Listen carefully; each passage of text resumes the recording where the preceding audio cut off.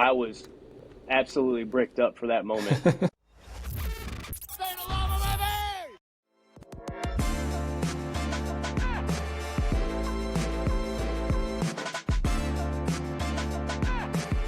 This is the Starting 502 Podcast. I am your host, Jake Hook, joined by Alan Thomas. Plan to preview U of L versus Cincy, U of L versus Eastern Michigan, and take just a baby glimpse at U of L versus NJIT, which is tomorrow. Let's start off with the Cincinnati game because it's been about a week. I know we just previewed that the day before, last time we spoke. Cards win 74-64. Dicey game. We'll get into it. First half was not the prettiest half we've ever seen. Second half definitely was more up to the standard that this fandom has become accustomed to this season. But Alan, you were actually at the game, so what was the experience like? How was the crowd on the broadcast? It seemed very pro U of L. I'll tell you this, and we kind of did a post game, and myself and Matt Childress reacted to just the game as a whole. And when we got into the vibe and the environment of it, like we went down there. Presley was there, his wife, who was awesome, was there. You know, Matt McGavick, a few other people we ran into in the city. But like it was funny because you're walking around downtown Cincinnati. There's people walking everywhere wearing all kinds of different colors. Some are wearing blue, some wearing purple for the Elder St. X game that was going on. I noticed a lot of that going on. And then some other people are just wearing red and black. And so it's and I referenced this, you know, the GIF where the kid like sees somebody walking in and he's like waving like this. And then he looks down like this, like he realizes like, you know, like something's below them. Yeah. And so like, that's how walking around downtown Cincinnati was on Friday night because everybody going into Heritage Bank was wearing red and black. And my eyesight is not awesome. It's pretty good. It's like acceptable. But it wasn't until I get up close to people that I realized, hey, you're a Louisville fan or hey, you're a Cincinnati fan. My experience walking into the arena, though, about 95% of the people I saw outside of Presley, his wife, and Matt, were Cincinnati fans. So I'm walking around. I got my, not this hat, but it was like it said U of L on it. I'm in all black except for that big fucking logo like this. And I'm walking in and here's my ticket. Okay, I'm trying to be like meek and like humble, try to get to my seat because I was like, I am vastly outnumbered. But we go down a little bit, down 17 to like 8 or 9. Actually, we're down by 11 early, but then it was like 17 to 9. And man, like just like, so I'm going to get into the game just a little bit here in a second, but I want to talk about just how when we came back and tied it at 17, like that, I mean, there was a roar. It was like the Yum Center had taken over the arena. And I'm looking down to my left and my right. And I was kind of like, oh my God. I'm like, holy shit. Like, oh my God, we're in here. We're fucking in here. You know, and that honestly, like getting to that point, that changed my experience because not that I'm going to be quiet anyway, but I definitely got really out of myself. There was a couple Kentucky fans that went there that found me on Twitter and was like, oh, this guy was acting like a crackhead, tweaking out during the game. And I'm like, well, I was at a Louisville game, so that's how I behave. It's kind of crazy. So, but it was overwhelmingly it was such a cool experience, especially like my first road game ever in any sport of Louisville. To have it feel like a home game was pretty fucking cool. It was hard to tell. It was definitely a great majority of Louisville fans there. I would probably say at least 60 or 70% Louisville fans is what it seemed like.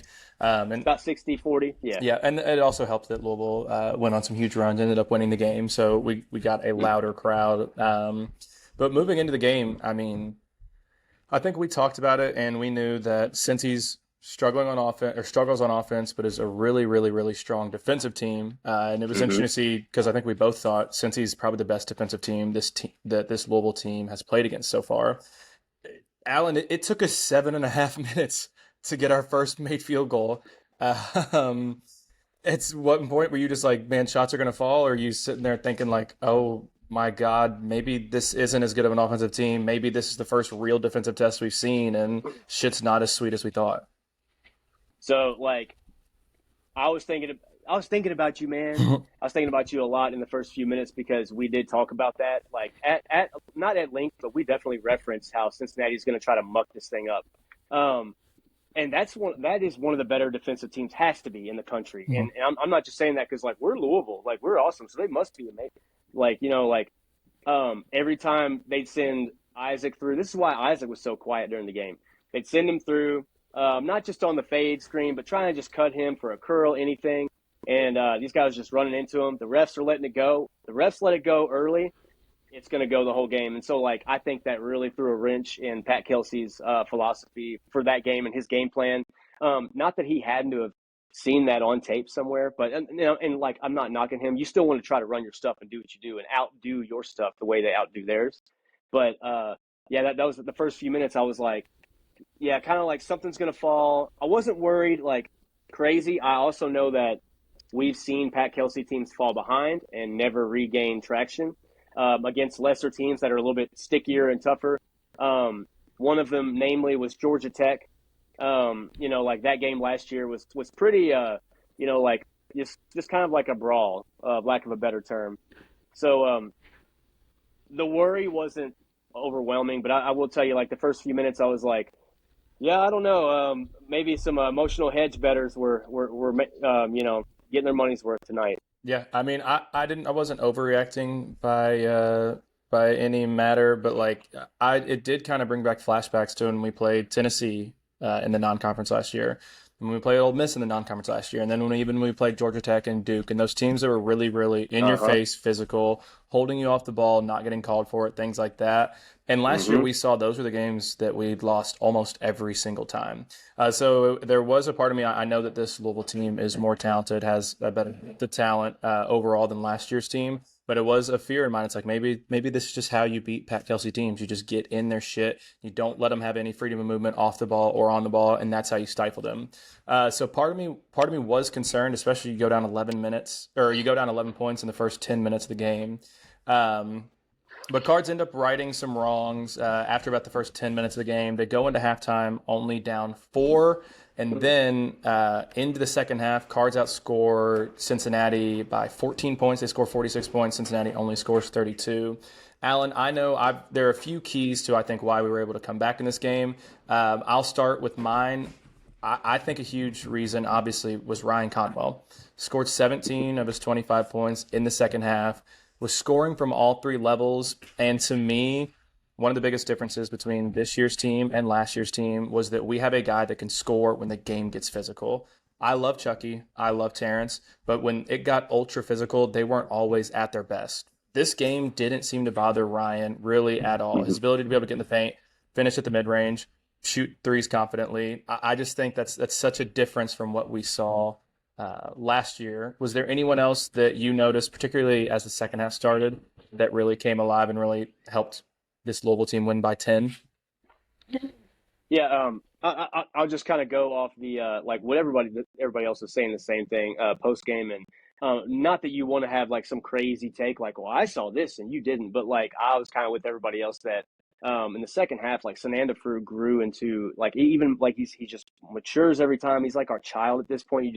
You want him to go out there and you want him to make every bucket. I'm getting to the point where like I like he misses one and I'm not even angry at him anymore because like you can see the fight and the effort and he's trying to get low center of gravity. Like he had a tough time doing that a few times because Cincinnati's throwing 3 or 4 guys that can defend him the entire game. That's why Ali Khalifa had such a rough game. Kid got blocked on a 3-pointer, which I was kind of like, all right, that's glaring to me. If we run into a team like Tennessee or something like that, like he's probably not going to get any 3-point attempts. If he is, it's going to be some slip or something like that where he's just wide open magically.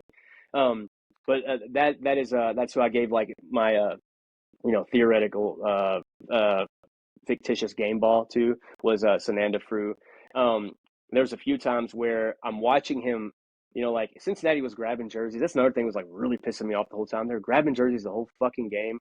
And so like eventually like they would grab Frew and then put the back of their hand wherever he was going. They kind of like follow him with their hand, which is fine. You can do that like to a degree. They get behind him, or if he get behind them, they would grab him over here to where he couldn't get loose. So what he started doing was taking their jersey back and like I'm surprised there wasn't a tussle or something like that. I think West Miller teams are just physical, so they weren't too big of like crybabies with the physicality.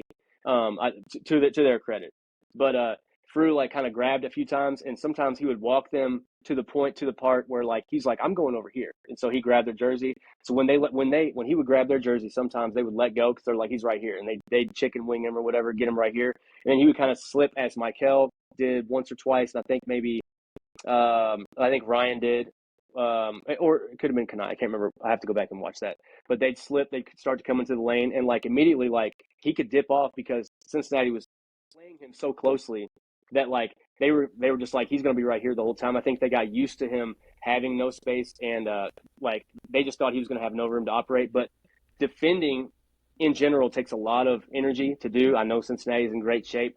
I thought like just little shit like that where he was just like, all right, I got you now. I'm a professional. I think like that's the thing that I really was like, kudos to you, dude. Like we're watching a pro like in real time getting like sharpening his craft. Like this was like I said, one of the best defensive teams in the country. I thought he did a great job. Yeah, no, I'm there. I'm right there with you. We spoke about it a lot, but Cincinnati's front court is, I mean, one of the larger front courts in all of college basketball. 6'8", Sean Abiv. I still don't know how to say his last name. Abayev, I think is how I say it. Abayev. Yeah. Power forward Baba Miller, who's 6'11", and then Mustafa Cham. I think is how they said that one, 7'2". So I mean, certainly not a game where you want to be a big man. But I thought Sonny did a great job. 11 points, 4 rebounds, 2 blocks, 2 steals. To me, that role. He's just so smooth on that pick and roll. He just catches it, and it's 1-2, finish, 1-2, finish, take contact, get fouled, whatever it is. Or catch it and immediately pass it to an open player on the wing if that guy crashes and helps too much. So, yeah, I agree. Sonny was impressive to me again. I think outside of really the first game, Sonny's been solid every single game. He's been 10+. Yeah. He's been 4, 5, 6, 7, 8 rebounds a game, couple blocks. So I've been impressed. Also, there was one play, I was rewatching the game earlier. Isaac McNeely got beat wing. And I think last year we had so many times where once our guards got beat, like if we weren't able to stop him before he gets into the paint, it's a pretty easy layup because we don't have any interior presence there. But thankfully on that play, Sonny's right there, blocks a shot, goes out of bounds. So that was it's just another point to this team being even better than last year's team. Another play that stuck out to me was Michael. I know efficiency-wise was not the best, did have 4 turnovers and only shot 4 of 15 from the field. But unlike what we saw when he played Kansas, where he was struggling and didn't really make an impact very much, this game he still did. He still had 22 points. He still had 5 rebounds. He still had 6 assists. Like, just because his shot wasn't falling and he was turning the ball over a little bit more than he'd like, he still stayed aggressive. He still stayed really confident. And I really like that about it. And I just love how consistently aggressive he is to the basket. I need to look it up. I need to do some research. But, like, it feels like every single game we play, we're shooting 10 or 15 more free throws than the other team. And I know in a one-game sample size, you'd be like, oh, the refs are favoring you there. But when it's happening every single game, there's a pattern to that. There's a reason to that. And a lot of that is Ryan Conwell and Michael Brown. I was looking at it, too. I think Louisville shot 12 more free throws, but ended up making 14 more free throws in Cincinnati. And that's the game. That's the game right there very easily. Sure. So I was super impressed. I wanted to get your thoughts. I think the biggest 30 seconds of the game, Louisville was up 6. I think that who was it? Michael. Somebody, yes, Michael's play. Kirk Carissa. I think it was Kirk Carissa hit a 3 in the corner, brought it to 6 or something like that. And then Michael comes down and hits that pull-up 3 on the wing, and then 15 seconds later runs through a passing lane, deflects it, goes to Ryan Conwell, long pass up the court, Michael dunks it, falls to the ground because he's so excited. To me, as soon as that happened, the whole entire game I'm tense. I'm freaking out. I'm like, God, this is too close for comfort. I don't like the way this game's playing out. As soon as that happened, almost all my fears were alleviated. Did you feel the same? I was absolutely bricked up for that moment. It absolutely, like, my soul left my body when he with the dunk. Going back and watching the condensed game anyway, I wanted to see how that play developed because I just wanted to see if it was like a shitty pass and he got a hold of it, and then he was like just feeling himself, so he's like, I'm dunking this shit. What it was and I think it was Day Thomas that had the outlet pass after the 3. So our crowd's starting to get loud. We're like, all right, this is where we, kind of take over. It's like our feeling of what we're wanting. We said it a few times in the game. Cincinnati fought back a little bit. But it was like Day, who was actually pretty like a really smart player, I thought, and like made really good decisions with the ball. And he worried me before the game. He didn't have like a crazy game, but I really think like he killed us in a few ways. Just being He smart knocked with the down ball. every open three he had also. It felt like he was the only Cincy Yeah. player that every time he was open, I was like, fuck. I need to go back and look at his stat sheet too, because he was 11-18 of 3 coming into the game, which is 61. I want to know if he went up with that or not. Do He you went have it in down. He front of went you? 2 of 6, but I know a couple of those Okay. were forced, especially late shot clock. A few of them Oh were. yeah, yeah. But like we had to respect it, and I know they saw that on tape and on paper too. But it was actually him. I'm sitting here talking about his decision making, and it was actually his. But it was kind of a 2/3 court pass, Mm-hmm. and looking at the replay because I'm like, yeah, how did this happen? It was a fine pass, but Michael jumped it as soon as Day-Day's pointed, like as soon as it's like he made eye contact and went like this to try to get rid of the ball. Michael had already jumped it, Mm-hmm. and so like he got in front of his man. I forget who the recipient would have been, but knocked it clean. Like the ball somehow got padded to Ryan Conwell, who like just a beautiful over the shoulder for that great moment. That's the play that lives in everybody's head. That everybody's going to talk about. So that I think it just shows IQ, where he's like, I know that Michael like made free throws. He had a three before that. He had other baskets he had got to the rack, but sometimes as a player you need to see him go through, especially a young kid. But I think that showed maturity in the thing that where it's like sometimes you make a three and it's or hit anything and you're like starting to feel yourself or whatever. You're like, I'm taking the next shot. Like that's all you're thinking about. And I thought it was great, like to have the presence of mind to be like, okay, what's he doing? Okay, if he's looking over here, this shit's mine. And he kind of created the turnover. That's why it was so poetic that he got it back for the big moment. And the place became unhinged. I don't know if you can see it on TV, but absolutely old school fucking Freedom Hall vibes. Mm-hmm. Not shaking, but had we had maybe just a couple more thousand, maybe even 1 or 2 more thousand fans, it probably would have been shaking. It was so loud in there Yeah. and fun. It was awesome. That was the moment of the game where I could finally felt that I could breathe and like kind of watch the game and enjoy it. Because up until Yeah. that point, I mean, we're trailing for a majority of the game, and then we go up 6. I think we go up 9, and then we're back up 6 at that point. But after that, felt like okay, there's 4 minutes left in this game. We're up 11. We should be good. Mm-hmm. One other thing before we move on to the Eastern Michigan game that I wanted to talk about, and I don't like talking poorly about players on Louisville's team because I love them all. I think they all serve a role, especially after we just won by 30, or sorry, we just won by 40, we just won by 10, we're undefeated. Right. But to me, in these types of games where we're playing SEC programs, where we're playing Duke, or we're playing North Carolina, Kansas, teams like that that are extremely athletic and are going to be extremely, extremely physical, Mm-hmm. I am concerned about how effective guys like Isaac McNeely, Javon Hadley, and Ollie Khalifa can be. Mm-hmm. To me, there are games, there are moments, there are situations, most moments and situations where those guys would be extremely impactful. But in games like this, when we're playing Cincinnati, the number 3 team in KenPom defensively, I think they're more fitting for Sonny, Kanai, Kaysen, Adrian Woolley, and Kobe Rogers. I think that kind of style fits their game more so than it does fit Isaac and Javon and Ollie. Do you see the same, or do you think it's a bit of an overreaction after just one game of extreme physicality on the defensive end? No, I think Javon Hadley's an interesting find right there. I think that's kind of a gem in the conversation because he's definitely one that we don't really like talking bad about in any way. He's kind of one that we kind of protect even in the conversation.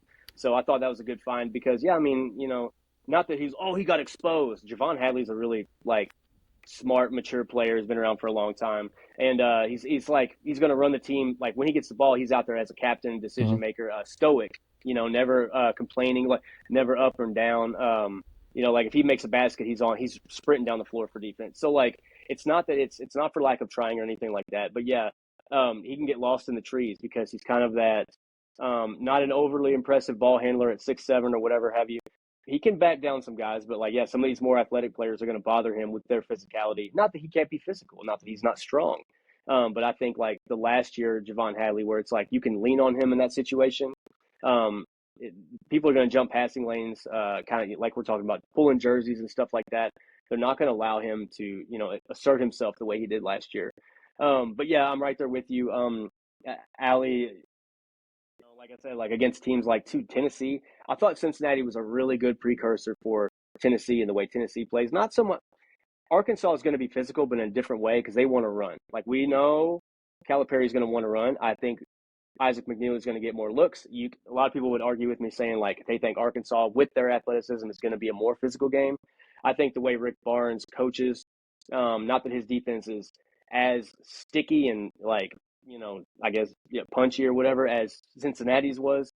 Cincinnati's could be actually more on the scale towards Houston and things like that. The way they just really try to muck it up. I was really impressed with them defensively, even more so than I thought because like I thought we would win anyway, but I thought we'd put up a lot more points than that. And I'm sitting here, a spoiled Louisville fan. We put up 74, and We didn't score 100. What the fuck? Yeah, I know exactly. So all these little things, and it makes Pat Kelsey look like Bob Ross, making the schedule really because you needed to have that game and see that the ball go through and win that game in order to kind of walk into Tennessee with your chest out, being like, all right, we've seen a team like this before. It's physical. But yeah, I don't know if it's Isaac McNeely's game. Watching him surprise us and hit a couple, but he's going to have a tough time. I mean, Isaac couldn't even get free. I want to say, and you have the stats in front of you, but I want to say he had 3 attempts, 0 for 3, and 2 were step backs, and 1 was a curl, like a cut all the way through and a curl. So these are not set shots. These are him having to create or like do some wild. And the curl was a bad shot. Even though I know he can hit that, I'm fine with him taking it. But it was like on paper a bad shot given how the game was going. So that was all he was able to muster. He was able to muster 3, but you do that against Tennessee, you lose potentially lose the game. Like those are important possessions. Yeah, I agree. So the 3 that we're talking about, Isaac McNeely, Javon Hadley, and Ali Khalifa, struggled in this game. They combined for 5 points and 1 of 13 shooting. So certainly not the greatest performance from any of those 3 guys. But like you said, I think Isaac's issue is very reliant off the ball, and those teams that are holding you, especially off the ball or switching everything because they're all so athletic and all so long, makes it a lot harder to be able to find open shots. Javon, I think he's a physical player. It just comes down to the fact that he's probably 6'5" or 6'6". I know he's listed at 6'7", but he's probably closer to 6'6", and having to play the 4 position. And when you're playing up against a team that's front court, like we said, is 6'8", 6'10", and 7'2", this doesn't bode well for you. And then Ali, it's a foot speed thing. Yeah. I think we all know that. He's going to have moments of greatness where he makes those passes, he hits outside shots. But in a game like this where it's really physical on the inside, he looks like he struggles to finish. The passing lanes are just a little bit tighter, so he's more likely to turn the ball over.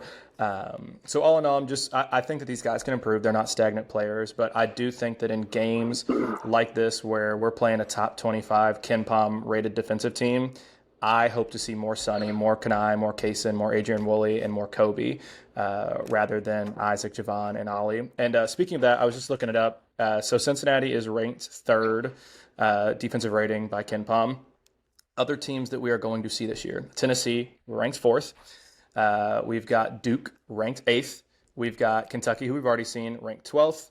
We've got Georgia Tech, who we will see later on, ranked 15th. And then we've also got North Carolina ranked 22nd and Indiana ranked 24 or 23rd. So this is not going to be the only time that we see an extremely aggressive and extremely efficient defense. So I think it's a great test. I'm glad that we were able to schedule a team like Cincinnati, neutral court, even though the home crowd was great. I think it's a great test for this Louisville team, especially early on. Alan, are there any other things that you want to talk about when it comes to this game, or are you ready to move on to the most recent one we saw on Monday night? The only thing I want to say about the Cincinnati game, I've talked all my shit, right? I'm done with that. And actually hats off to Cincinnati. I thought they played a really good game and it surprised me.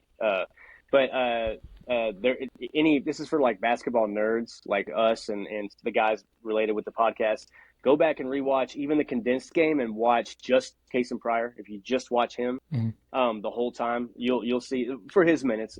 Skip through his minutes or the minutes that he's on the bench if you really want this experience. But watch how quick he's getting with his hands, with his alertness. It was flashes of last year, Indiana game and out in Maui, West Virginia game, where he's just he's starting to be like the game speed is starting to like register with him. It's clocking to him, if you will, Justin Bieber. But like he's starting to get back up to speed, and it's something that like it was kind of like for me, I kind of was like a proud parent watching that, because I'm like really needed to see that, and I really needed to see like some kind of growth. And this is in the Cincinnati game. I'm not talking about the Eastern Michigan game that we're about to get to. I'm saying the Cincinnati game where he could match physicality. And there was guys, a lot of times they would drive and they were not willing to drive to him or at him at all.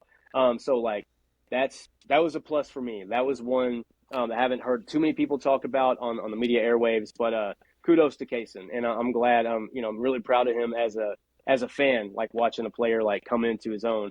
And his minutes are going to go up, I think. Not right away, but I think, like we talked about in late December, January, I think you could see it. And we're going to need him.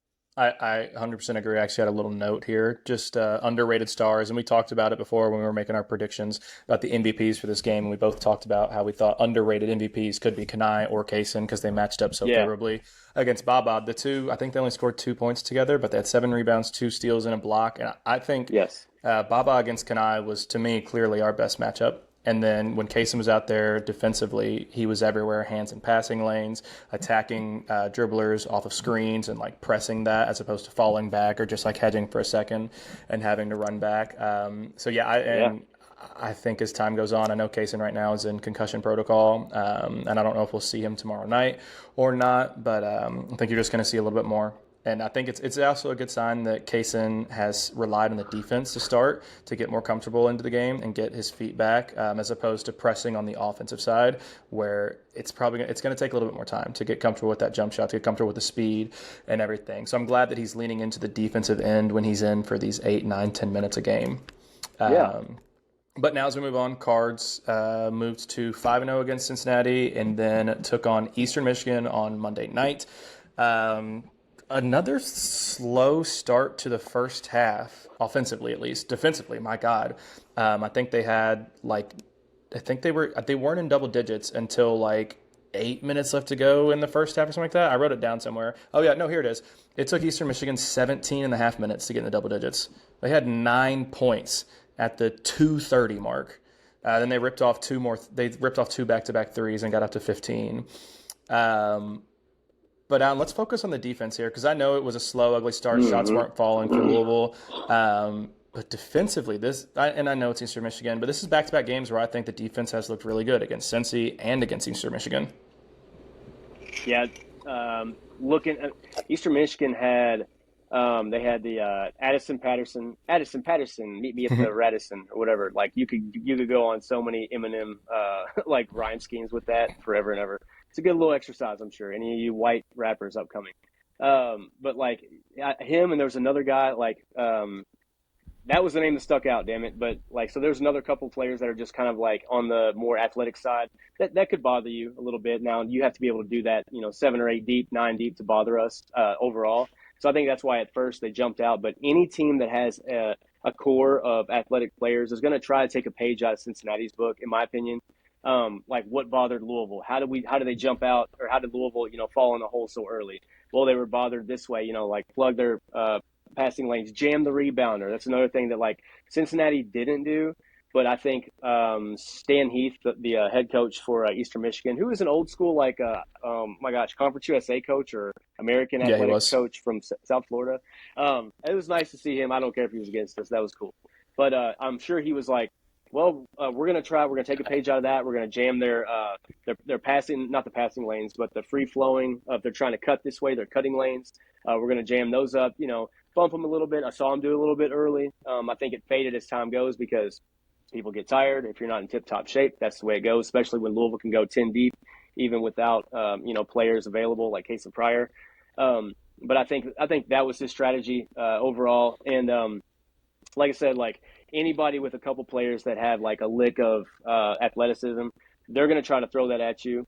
And that's kind of why like our shots weren't falling. A lot of people say like, oh, well, they just slowed us down. Okay, well, how did they slow us down? You really have to like go back to the tape and like, slow roll it with your finger if you really want to see, like, did Isaac McNeely, of course, he got loose last night, or any of these guys that are trying to get loose to run this so this guy can cut and we can pin this guy down, whatever. Like, did he get held up or bumped in the lane by even a split second? That's going to fuck some shit up. You have to do something else. Like, it's just the way it is. Not that it's always going to be clear cutting lanes and stuff like that, but teams that don't want to run with us, don't want to get in the track meet with us, that's what they're going to do. Yeah, absolutely. I was impressed to see us continue on and win in a different way, especially when the offense is not going, when the threes are not falling. It seemed like last year it was kind of a death sentence, or it was going to be a really, really close game. But this year, this team can win in different ways, particularly on the defensive end. Defense was really great the whole entire time. Blocked 10 Yeah, shots, which is a season high.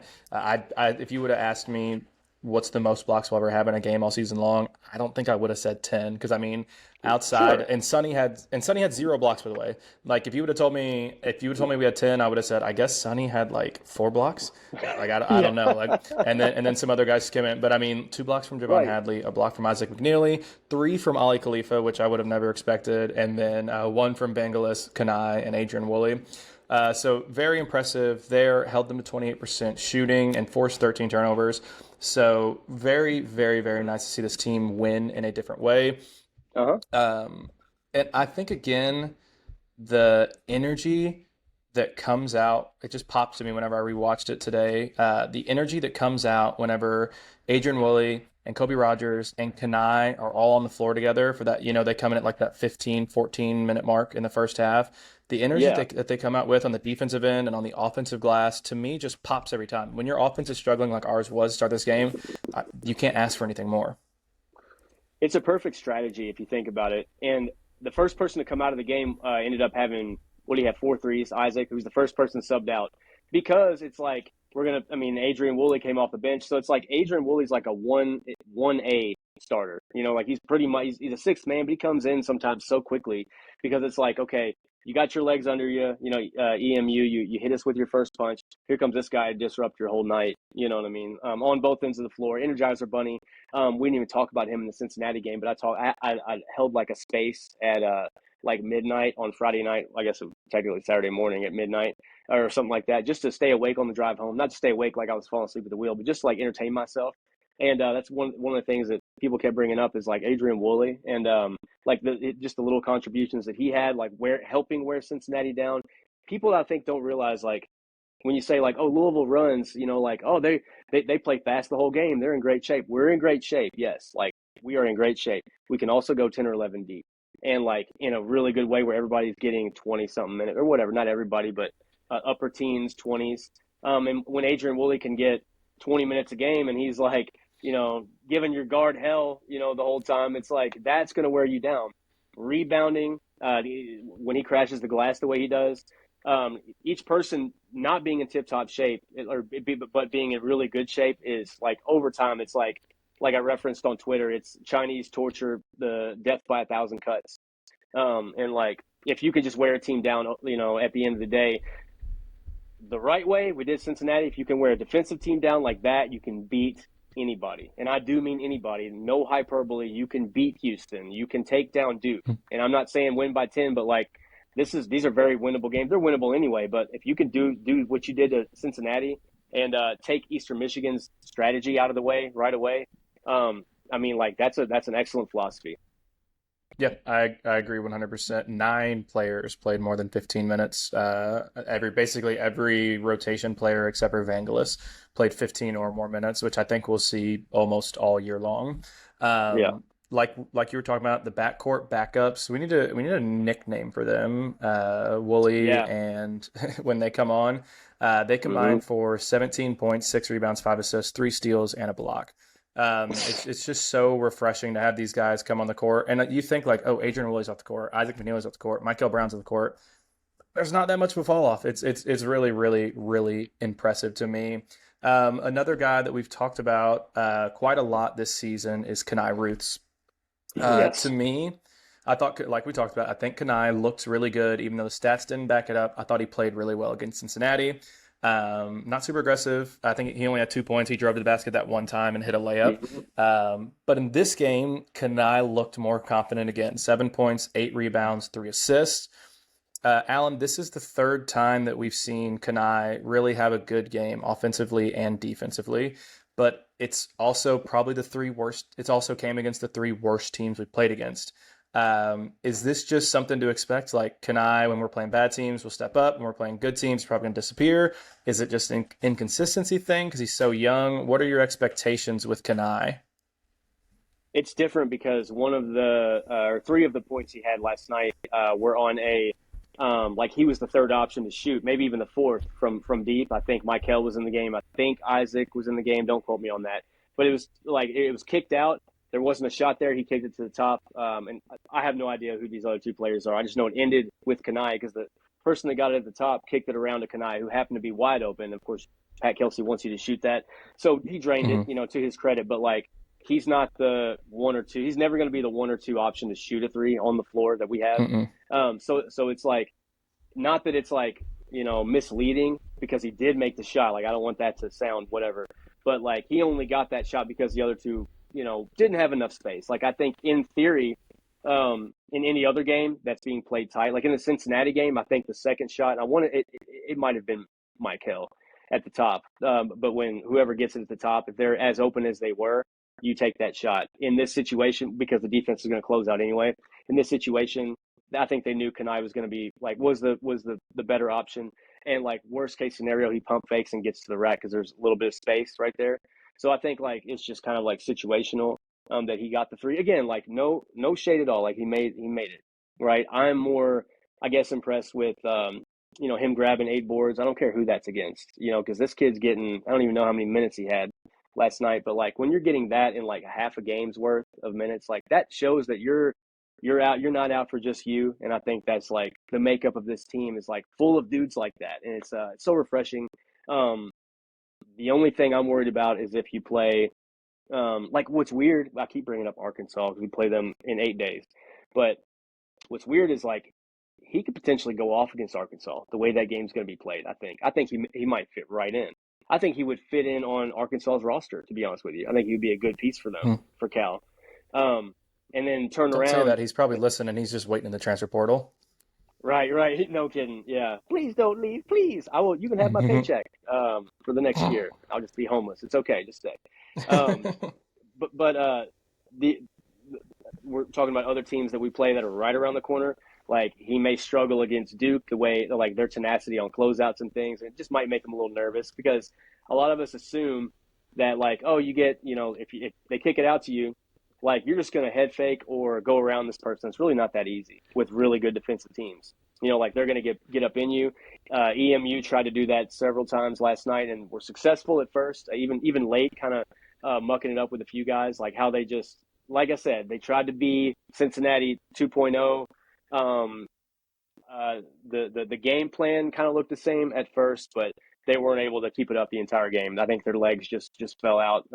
We're too deep, It's like Marcus. I was listening to Marcus Maven today, and he's talking about how that's kind of like he doesn't want to hear anybody say like depth is a good problem to have, because like every time that happens, somebody gets hurt or something happens to our depth in any sport. But like that's our secret sauce, man. I was very, very, very happy with how the guys played, especially in the second half of the game. Kanai, hopefully, I love Kanai. I cannot complain that he's playing well. I just need to see him do it against better competition, and he's going to have plenty of opportunities to do so here in the next few weeks. So with the last couple of minutes of this pod, let's take a look just at the future. So Louisville is going to take on NJIT tomorrow night. Is it tomorrow night? I don't know. It could be a random time, but I'm pretty sure it's tomorrow night. I don't know exactly when. But they are ranked 347th in the nation on KenPom. They have lost to, they've lost to Drexel by 32. They just played Cincinnati yesterday, lost by 27, lost in Navy by 16. So this NJI team is not the best, I would say. Do you have any thoughts on this? I mean, obviously we just want everyone to stay healthy and win this game by as many as possible, but are there any thoughts? I will say a friend of the show says that their front court is very diminished and like that the problems are glaring, they are real there. So like I what I take from that is knowing that we're going to win this game. I'm not looking for any specific like, hey Pat, run this. Yeah, you can go through the motions if you want. Not saying treat it like a practice squad or anything. Like respect the opponent, I get it, but like I would like to see guys that haven't found themselves on the team get more minutes for a game like that. If it's going to be a bloodbath, like if we jump out really early I mean, last night against Eastern Michigan, I saw Ryan Conwell go down on his shoulder and lay on the fucking ground on his back for a whole minute. And I don't know about anybody else watching this, but I was like I was like, oh my God. Like, not only is he down early in the season, but it's against Eastern Michigan. So I would really like Yep. to avoid that if we can. I'm happy guys getting theirs. Let's jump out to a big lead. Like, that's the plan. Jump out to a big lead, get comfortable, get some guys like Zugris more minutes. Like, hey, let's try to turn this into a Zugris, a Zugris party tomorrow, just to get some rest, man. And I think he's still adapting to the Division I game. So that's what I would want to see is like guys like Kanai, Kobe. Like, I want to see Kobe run the show for a little while. I want it to be a laugher where our starters can get more rest. That's what I want. Yep. I'm 100% there with you. Just before we get off, you are right. Ryan Conwell injured his shoulder last night in that game against Eastern Michigan. He did come back into the game. It's around the 10-minute mark, but he only played 14 of the remaining 30 minutes of the game. Definitely seemed to be impacted by the injury. Wasn't as aggressive. Also, Kason Pryor out on Monday with a concussion. We haven't heard anything on whether or not he's going to return for this game. So, I mean, I do not know anything, but it would not shock me if Conwell and Kason miss this game tomorrow. It's not a game where you're going to likely need them. And when you've got Arkansas in 8 days, I'd rather these guys sit out and get fully healthy rather than force it. And I guess with a concussion, it really doesn't matter. If Kason passes concussion protocol, go ahead and get on the court. But would not be surprised to see one or both of those guys miss that game. Alan, we will get off here. We've got NJIT tomorrow night, 9:05 Eastern, and then we'll come back sometime in between that game and Arkansas, which is in 8 days. We'll have to preview that one. That'll be a huge one. Alan, thank you so much for potting with me. Thank you to everybody that's out there listening, watching, whatever you're doing. Go Cards, and let's get another victory. Let's be undefeated in this. Is it called the Hoops Classic? Is that the name of this weird non-tournament thing that we're in with Cincy and NJIT and Eastern Michigan? The Hoops Classic, which fire logo. So just let's get out of it undefeated. Yeah, let's just roll into Arkansas. Let's win the Hoops Classic. Hell yeah! All right, let's get out of here. Go Cards, guys.